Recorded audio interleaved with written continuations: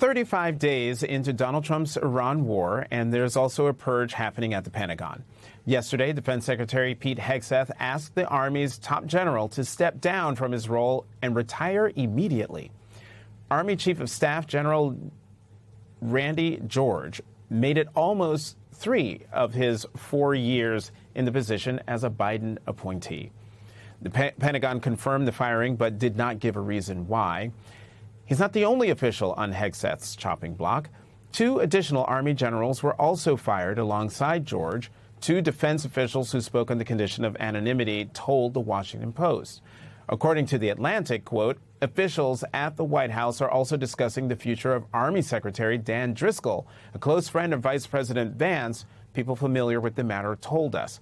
One Pentagon official said Driscoll was expected to leave the department soon. Hegseth has been waging this purge of the Pentagon for weeks. Reports allege Hegseth has personally moved to stall or block the military promotions for more than a dozen senior officers. Hegseth's poll numbers show he has limited credibility with the American people. This week, before the firing, Hegseth's job approval rating hit an all-time low of 35%. That means 65% disapprove of Secretary Hegseth's performance in the middle of a war. Our next guest, Tom Nichols, is calling this Hegseth's war on the American military.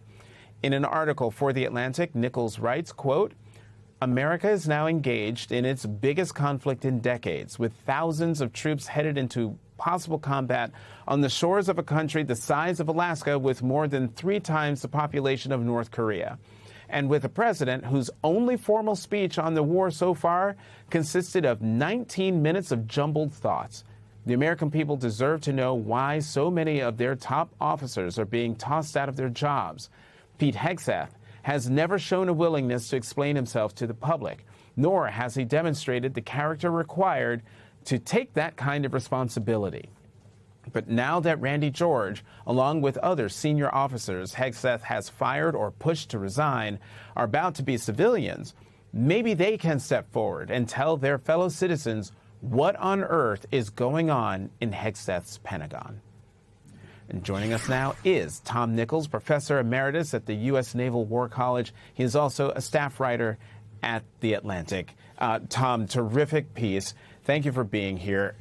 Pete Hegseth's purge of top military officials, what does it do from an effective leadership standpoint?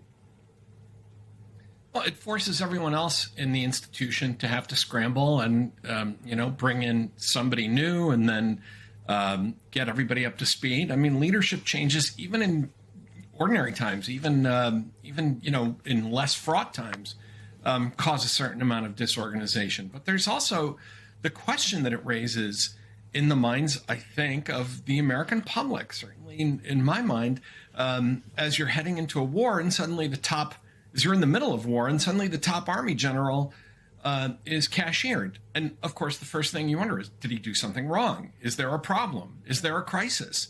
Is there some fundamental policy disagreement about the direction of the war? And instead, thanks to good reporting by people who have had to report on the Pentagon, despite Pete Hegseth's considerable restrictions, what we're finding is that Hegseth's firings are mostly about Hegseth. They're about his fear of being replaced by Dan Driscoll. They're about his crusade to prove to MAGA world and to President Trump that he's going to root out minority and female officers that he thinks don't belong in the military. I mean, it is really, it's really a way to create a mess in the middle of a giant military operation. And because we're in the middle of a giant military operation, why is it important for the American people to understand why top military officers are being tossed out of their jobs? Well, think about it. If you had a son or a daughter on their way to the Gulf or serving there now, and suddenly the Army Chief of Staff is summarily fired with no explanation, you'd want to know what's going on.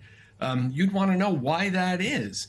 Donald Trump is very frustrated by the fact that the public has never been in favor of this war and that his numbers keep dropping. Well, a big part of it is the utter lack of transparency from the White House and the Pentagon about why we're at war, who's running it, what's going on. And in the midst of all this, you have this incredibly unqualified talk show host firing people, loyal and distinguished officers who've served their country for decades and without a word of explanation. If Donald Trump wants the American people to be more supportive of what he's trying to do, this isn't the way to do it.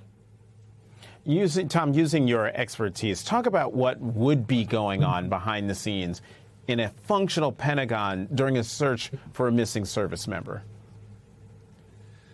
Well, I think everything that's happening during that search is happening now, because regardless of what goes on with Pete Hegseth and the dysfunctional cloud of fog that he carries around with him, there are people who know how to do this. The military trains for this.